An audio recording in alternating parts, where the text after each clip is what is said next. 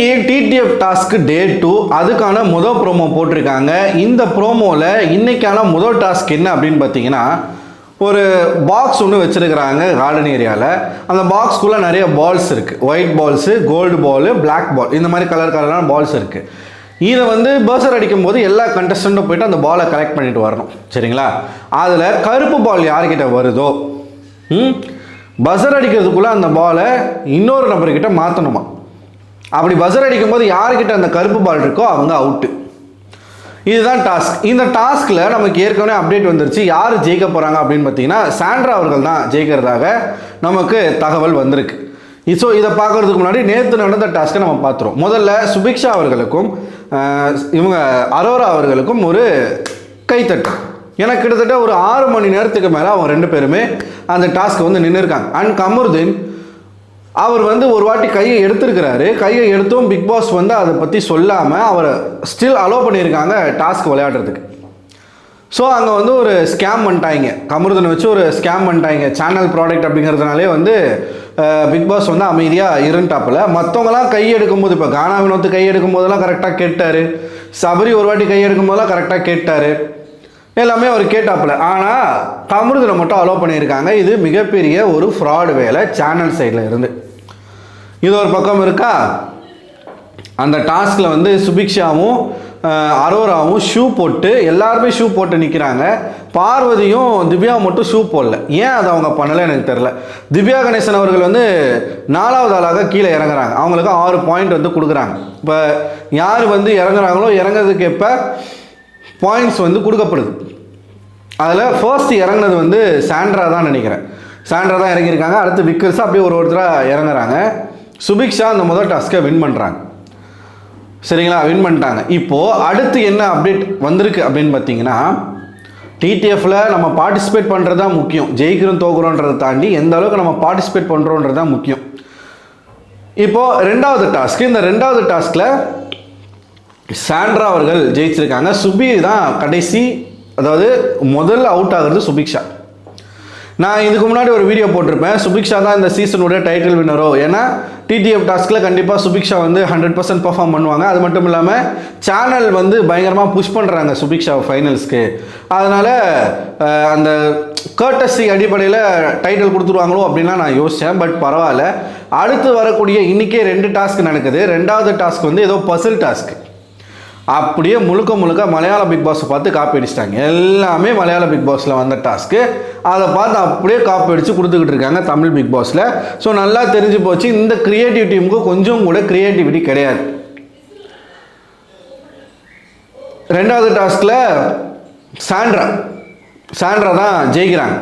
3வது டாஸ்க்கு இன்றைக்கி ஈவினிங் நடக்கும். மேபி அடுத்த ப்ரோமோவில் வரும். இந்த ஃபர்ஸ்ட் ப்ரோமோவில் நீங்கள் பார்த்தீங்கன்னா மறுபடியும் பார்வதிக்கும் கமருதனுக்கும் சண்டை வருது. ஏன் வருது? நேராக கமருதன் போயிட்டு பார்வதியோடைய பால்ஸை தான் வந்து எடுக்கிறாரா இல்லை இந்த பிளாக் கலர் பாலை போடுறாரா அப்படின்றது தெரில. பார்வதி வந்து அங்கே கேட்குறாங்க, சண்டை போடுறாங்க. அப்போ வந்து வன்மம் ஜெயிச்சது என்னமோ கமருதன் வந்து சொல்கிறாப்புல. இது இவங்களுக்குள்ளே அந்த பிரச்சனை போயிட்டே தான் இருக்குது. அது போயிட்டே இருக்கட்டும், நமக்கு பிரச்சனை கிடையாது. அது அடுத்து நடக்கக்கூடிய டாஸ்கில் யார் ஜெயிக்கிறாங்க அப்படின்னு பார்த்தீங்கன்னா, விக்கல்ஸ் விக்ரமும் சபரியும் வின் பண்ணியிருக்காங்க அப்படின்ற ஒரு தகவல் வருது. ஸோ ஓவராலாக இன்றைக்கி நடக்கக்கூடிய 3 டாஸ்கில், நேற்று நடந்த அந்த டாஸ்கில் வந்து பயங்கரமான ஒரு போட்டி. நான் அரோரா கிட்டேருந்து இதை எக்ஸ்பெக்ட் பண்ணவே இல்லை. சுபிக்ஷா கிட்டேருந்து இதை நான் எக்ஸ்பெக்ட் பண்ணவே இல்லை. கானா வினோத்து கையெடுத்துடுறாப்புல. நான் போன வீடியோவில் சொல்லியிருப்பேன், என்னடா இது இத்தனை ஆண்கள் இருக்கீங்க, ஒருத்தர் கூடவாடா வந்து முடிக்கல. சபரி இருக்காப்புல, வினோத் இருக்காப்புல, இவங்கெல்லாம் அவ்வளோ ஈஸியாக விட மாட்டாங்களே, சுபிக்ஷா எப்படி ஜெயிச்சாங்க அப்படின்ற ஒரு கன்ஃபியூஷன் இருக்கும் பொழுது லைவில் தான் நமக்கு தெரியுது கையை எடுத்துருக்காங்கன்னு சொல்லிட்டு. கையை எடுத்துகிட்டு கானா வினோத் புலம்புறாரு பாருங்க. அந்த மாதிரி புலம்புறாரு, தலையில் அடிச்சுக்கிறாரு. நான் வந்து எவ்வளோ நேரம் வேணாலும் நான் நின்றுருப்பேன், நான் மிஸ் பண்ணிட்டேன், அதை பண்ணிட்டேன், இது பண்ணிட்டேன்னா அவர் ஒரு பக்கம் கத்திக்கிட்டே இருக்காப்புல. அவருக்கு அதான் ஸ்போர்ட்ஸ்மேன்ஷிப்புன்றது சுத்தமாக கிடையாது. சரி விட்டோம், அடுத்த டாஸ்கில் பார்த்துக்கலாம் அப்படிலாம் கிடையாது. அவர் வந்து கொஞ்சம் ஓவர் ரியாக்ட் பண்ணக்கூடிய ஒரு பர்சன் தான். ஆனால் அவர் தான் வெளியில் வந்து கொண்டாடுறது ஒரு மக்கள் கூட்டம். அது வந்து நம்ம ஒன்றுமே பண்ண முடியாது. அது ஓப்பனாக சொல்லட்டுமா, கானா வினோத் ஒரு கேமர், நல்லா வந்து டாஸ்க் விளையாடுவார், நல்ல நகைச்சுவையான ஒரு நபர், நல்லவருன்றாங்க. அப்படிலாம் சுத்தமான நல்லவரெல்லாம் யாருமே இந்த உலகத்தில் கிடையாது. அவர்கிட்டையும் குறைகள்லாம் இருக்குது, அதெல்லாம் பார்க்க மாட்டாங்க. ஒரே விஷயம் என்னென்னா, சிறுபான்மை மக்கள். அந்த ஒரு இது நீங்கள் வந்து நான் சொல்கிறேன் நீங்கள் நினைக்கக்கூடாது, உண்மையாலுமே நிதர்சனமான உண்மை அதான். அந்த சப்போர்ட் அவருக்கு அதிகமாக இருக்குது. சரிங்களா? இந்த ஷோவில் நான் ஏற்கனவே சொல்லியிருந்தேன், இந்த ஷோவில் அரசியலும் சாதியும் வரக்கூடாது. அதை வச்சு நம்ம இப்போ சுபிக்ஷாவையே நான் ஏன் சப்போர்ட் பண்ணலை, நானும் அதே கம்யூனிட்டியை சேர்ந்தவன் தான். அப்போ நான் வந்து நியாயமாக யாருக்கு குரல் கொடுக்கணும், ஏன் கம்யூனிட்டியிலேருந்து போன ஒரு பர்சன் சுபிக்ஷாவுக்கு தான் நான் குரல் கொடுக்கணும். ஆனால் இந்த கேம் ஷோ அதுக்கான கேம் ஷோ கிடையாது. இது வந்து பியூராக என்டர்டெயின்மெண்ட், விளையாட்டு, ரியாலிட்டி ஷோ. இங்கே நம்ம வந்து சாதிக்கு முக்கியத்துவம் கொடுக்கக்கூடாது, அது தப்பு. நான் ஹானஸ்ட்டாக இந்த ஷோவை நான் பார்க்குறேன், நான் பண்ணுறேன். ஆனால் எல்லாரும் அப்படி கிடையாது. சாதி இல்லைன்னு எவன்லாம் சொல்கிறானோ உண்மையாலுமே அவன் மனசுக்குள்ளே சாதி வெறி, சாதி பாசம் இருக்க தான் செய்யும். அந்த மாதிரி ஒரு சாதி பாசம் வினோத் மேலே பல பேருக்கு இருக்குது. அது இல்லைன்னு அவங்களால சொல்ல முடியாது. சொல்லுவாங்க, பேச்சுக்குன்னு சொல்லுவாங்க, ஆனால் உண்மை தான். அந்த பாசத்தில் அவருக்கு கொடுக்குற ஆதரவு தான் ஜாஸ்தி. புரியுதுங்களா நான் சொல்கிறது? அதனால தான் வினோத்துக்கு வந்து இவ்வளோ மெஜாரிட்டியான வாக்குகள் வருது. ஓகேவா? அவ்வளோ வாக்குகளுக்கு அவர் டிசர்விங்கான்னு கேட்டால் என்னை பொறுத்த வரைக்கும் இல்லைன்னு தான் நான் சொல்லுவேன். இதை நீங்கள் வந்து வன்மம்னு வச்சுக்கோங்க, என்னமோ வச்சுக்கோங்க, அவர்கிட்டையும் குறைகள் இருக்குது. இப்போ நமக்கு என்ன பிரச்சனைனா, நமக்கு பிடிச்ச ஒரு ஆள் வந்து என்ன தப்பு பண்ணாலும் அதை ஏற்றுக்க மாட்டுறாங்க. அதுதான் நம்மக்கிட்ட பிரச்சனை.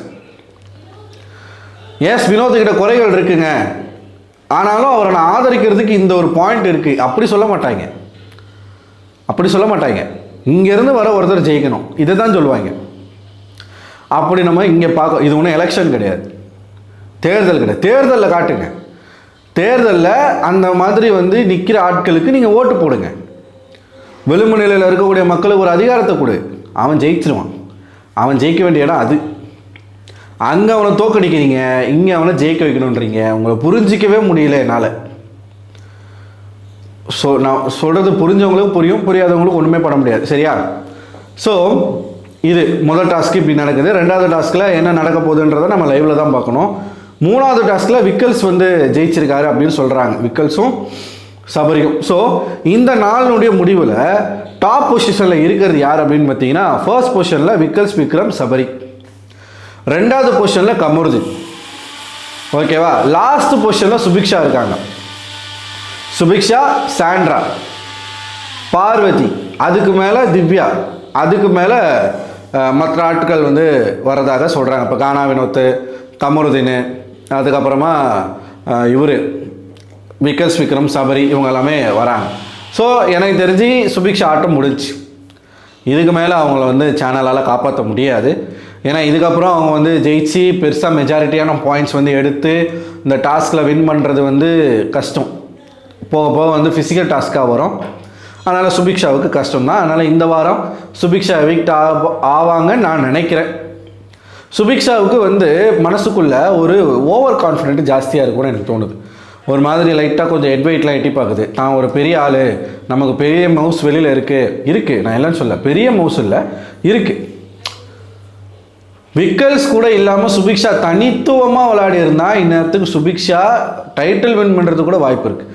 அழகாக சுபிக்ஷாவை தான் கைக்குள்ளேயே வச்சுக்கிட்டு கைப்பாவையாக ஒருத்தர் யூஸ் பண்ணி அந்த பொண்ணு எந்த இடத்துல வளரக்கூடாதுன்னு ஒருத்தன் கரெக்டாக விளையாடிட்டு இருக்கான்.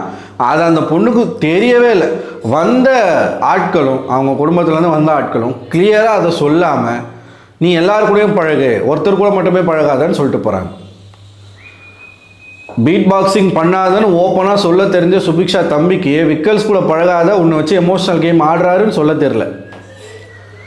ஏன் சொல்லலைன்னா, நாளை பின்ன வந்து நம்ம பொண்ணுக்கு எதனா வாய்ப்பு வாங்கி கொடுப்பாங்க, நாளை பின்ன இண்டஸ்ட்ரியில் நம்ம பொண்ணுக்கு எதனா ஹெல்ப் பண்ணுவாங்க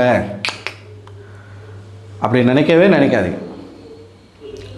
அதுக்கெல்லாம் மனசு வேணும், மனசு இருக்கிறவன் செய்வான். இது நீங்கள் வந்து பழகினாதான் செய்வான் அப்படின்னு நீங்கள் எதிர்பார்த்தீங்கன்னா அந்த உறவு வந்து தப்பு. நான் உங்களோட நைஸாக இருந்தால் தான் நான் இதெல்லாம் செய்வேன் அப்படிலாம் பண்ணக்கூடாது. ஸோ இதுதான் டாஸ்க்குடைய அப்டேட். பார்ப்போம் என்ன நடக்குதுன்னு சொல்லிட்டு. ஸோ நீங்கள் என்ன நினைக்கிறீங்க மக்களே? உங்களோட கருத்துக்களை மறக்காமல் கமெண்ட் பாக்ஸில் கமெண்ட் பண்ணுங்கள். அடுத்த ஒரு வீடியோவில் கூட சந்திக்கிறேன். அதுவரை உங்களிடமிருந்து விடைபெறுவது நான் அரவிந்தன்.